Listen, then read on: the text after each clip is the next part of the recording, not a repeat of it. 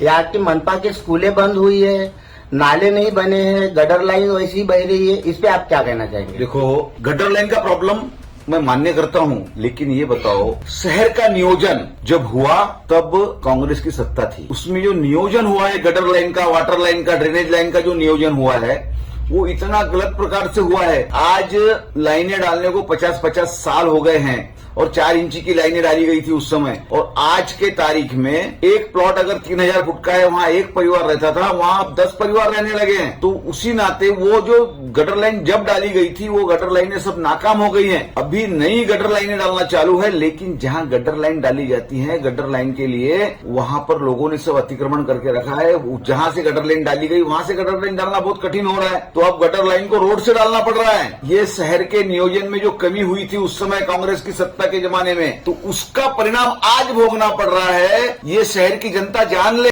उसी प्रकार ये चुनाव 2022 में होना था संविधान के हिसाब से, लेकिन कुछ टेक्निकल अड़चन, कुछ कोर्ट के सम्माननीय कोर्ट के आदेश, सम्माननीय कोर्ट के स्टे के कारण चुनाव 2026 में हो रहे हैं। इसका मतलब ये है कि 4 साल की ये गैप और 2 साल महाराष्ट्र में भारतीय जनता पार्टी की सत्ता नहीं थी, वो गैप, ऐसा मिलाकर हमारे महाराष्ट्र की, हमारे नागपुर की जो विकास की उम्र है वो 6 साल कम हो चुकी है।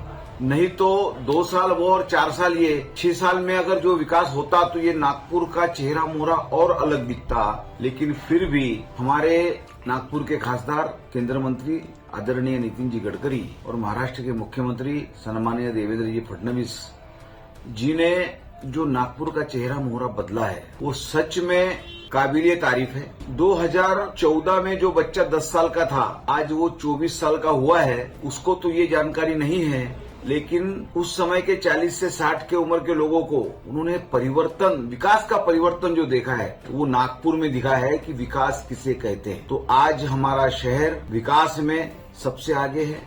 हमारे शहर में कुछ नहीं था, लेकिन आज सब कुछ है। मेट्रो है, सीमेंट रोड है, अनेक विकास काम नागपुर शहर में है। उसी प्रकार 2014 में देश में भारतीय जनता पार्टी की सत्ता आई, देश के पंतप्रधान आदरणीय नरेंद्र जी मोदी हुए और 2014 में ही देश के मुख्यमंत्री सन्माननीय देवेंद्र फडणवीस हुए। इस शहर के खासदार केंद्रीय मंत्री नितिन जी गडकरी भी मिनिस्टर हुए, खासदार हुए। उसके बाद हमारे देश में, हमारी देश की जनता को ये मालूम हुआ कि सरकार की योजनाओं का लाभ भी हमारे माने कुछ होता है।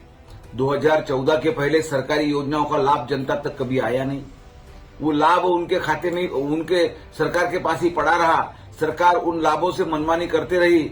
लेकिन 2014 के बाद भारतीय जनता पार्टी की सत्ता आई। भारतीय जनता पार्टी के कार्यकर्ता, भारतीय जनता पार्टी के नेताओं ने जो जनता तक प्रशासन की योजनाओं का लाभ पहुंचाया, उसी लाभ के कारण पूरे देश में भारतीय जनता पार्टी ये लोकप्रिय हुई है। फिर वो मध्य प्रदेश हो, उत्तर प्रदेश हो, बिहार हो, हरियाणा हो, सभी, महाराष्ट्र हो, इन सभी राज्यों में भारतीय जनता पार्टी की सत्ता वहां की जनता ने बहुमतों से चुन के दी है। उसका एक कारण है, वो जादू है। जादू क्या है? जादू ये है कि प्रशासन की सारी योजना का लाभ जनता को जब मिलता दिखाई दिया, तभी जनता ने भारतीय जनता पार्टी पे विश्वास किया। फिर भी आपको बाढ़ के चुनाव में, जो नागपुर का चुनाव है, उस पर मध्य प्रदेश के मुख्यमंत्री मोहन यादव जी को लाना पड़ रहा है। क्या कारण है कि आप मोहन यादव जी को लाने के लिए मजबूर हैं? देखो, मोहन यादव जी यहाँ किसी प्रचारार्थ नहीं आए हैं, वो किसी काम से संघ कार्यालय आए हैं और वहां से वो अभी कैंसर हॉस्पिटल एनसीआई में गए हैं और वो किसी प्रकार की सभाएं नहीं करने वाले हैं, किसी प्रकार का दौरा, पदयात्रा नहीं करने वाले हैं। लेकिन मध्य प्रदेश के मुख्यमंत्री होने के नाते मैं उनको एयरपोर्ट लेने गया था। अभी उनको एयरपोर्ट से रिसीव किया और वहां से मैं प्रचार के नाते उनके साथ न जाते हुए मैं यहाँ अपने प्रभाग 16 में आया हूँ। प्रभाग 16 में भारतीय जनता पार्टी के चारों उम्मीदवार लखन एरावार, लक्ष्मी यादव, वर्षा चौधरी और सुनील दांडेकर ये प्रचंड बहुमतों से चुन के आने वाले हैं। क्योंकि आप लोग भी एक बार प्रचार हमारे ये 16 प्रभाग का दौरा करके देख लीजिए। कांग्रेस पार्टी का ना किसी प्रकार का प्रचार हुआ है, ना कांग्रेस पार्टी यहाँ कहीं दिखाई दे रही है।